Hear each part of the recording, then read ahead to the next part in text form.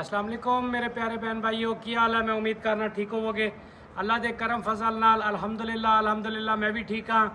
तो मैं जनाब और ये कहना चाहवागा, थोड़ा जिहा लेट मैं हो गया।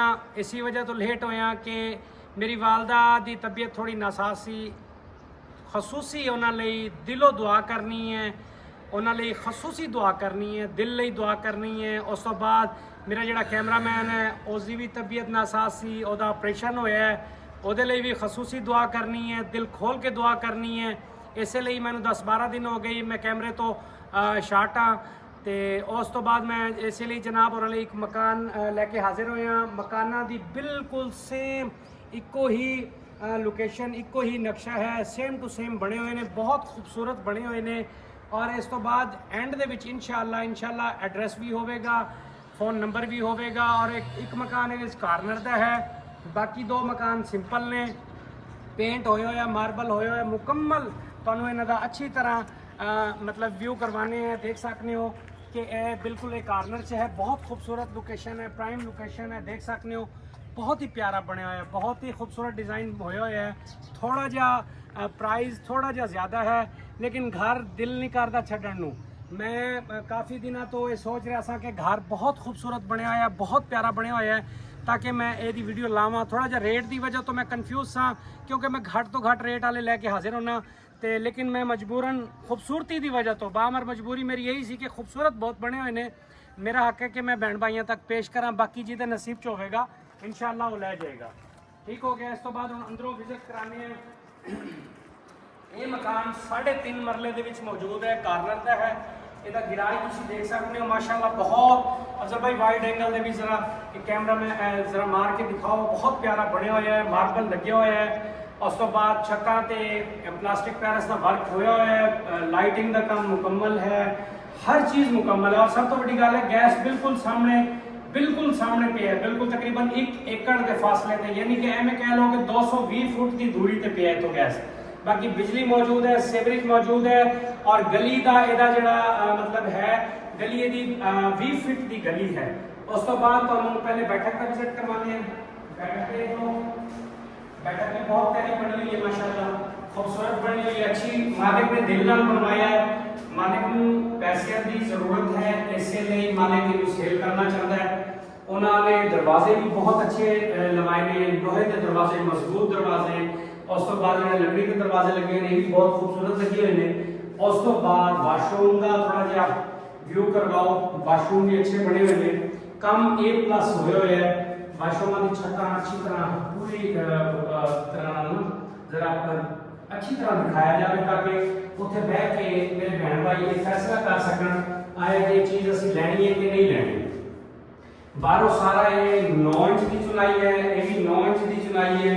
यह जी दीवार देख रहे हो, यह 4 इंच की चुनाई है। उस तो बाद अंदर चढ़ के देखते हैं, मुकम्मल विजिट कराने हैं, तसल्ली नाल तुहानूं विजिट करावांगे इंशाअल्लाह। बाकी जो मेरे बहन भाई को पसंद आएगा तो व्हाट्सएप पर कोशिश किया करो, व्हाट्सएप पर रब्ता कर लिया करो। तो पौड़ियाँ उत्ते जा रही हैं, उत्ते 4 दीवारी हुई है, और उत्ते सिर्फ 4 दीवारी, उत्ते होर कोई काम नहीं होया। उस तो बाद जनाब इंटर होंदे ही किचन बने हुए हैं। किचन देख सकते हो, किचन का काम मुकम्मल हो चुका है, सिर्फ यदा किचन का मार्बल रहिंदा है, वो तुसीं खुद लवाओगे। ठीक हो गया। बहुत अच्छा डिज़ाइन होया है घर। एंड दे विच तुसीं इहदी पेमेंट प्लान भी, और दूसरी गल इहदा एड्रैस भी, और मैं अपना फ़ोन नंबर भी, सारा कुछ मुकम्मल तफसीली दस देगा। उस तो बाद एक बेडरूम हो गया। देख सकते हो वेंटिलेशन की जगह भी इन्होंने काफ़ी छड़ी है, वेंटिलेशन की जगह भी काफ़ी छड़ी है, बेहतरीन जगह है, खुली जगह है। और देख सकते हो साफ सुथरा माहौल है अल्हम्दुलिल्लाह। उत्तों वेंटिलेशन लिए भी इन्होंने खास ख्याल रखा है, वेंटिलेशन की अच्छी जगह इन्होंने छड़ी है। तो बाकी चल के दूसरा बेडरूम विजिट कराने, ये अटैच वाशरूम भी है, अटैच वाशरूम ये भी है। ठीक हो गया। एक फ्रंट से आ गया वाशरूम बैठक के नाल, एक बेडरूम के नाल वाशरूम आ गया। ठीक हो गया जी। उस तो बाद दूसरा बेडरूम दिखाने का, उस तो बाद दूसरा बेडरूम दिखाने बहुत खुला बेडरूम है।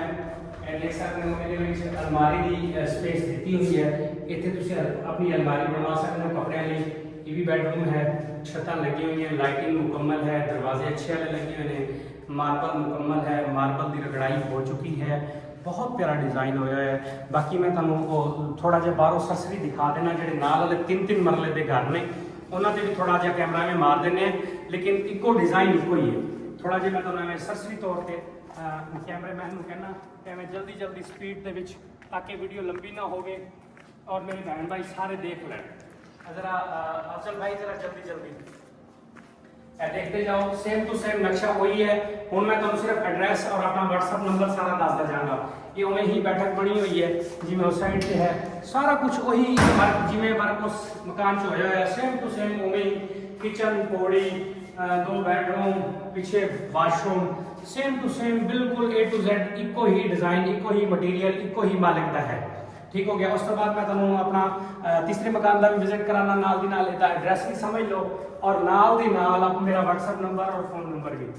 मेरा व्हाट्सअप नंबर जिहड़ा है वो 0300 732 83 41, 0300 732 83 41 मेरा व्हाट्सअप नंबर है।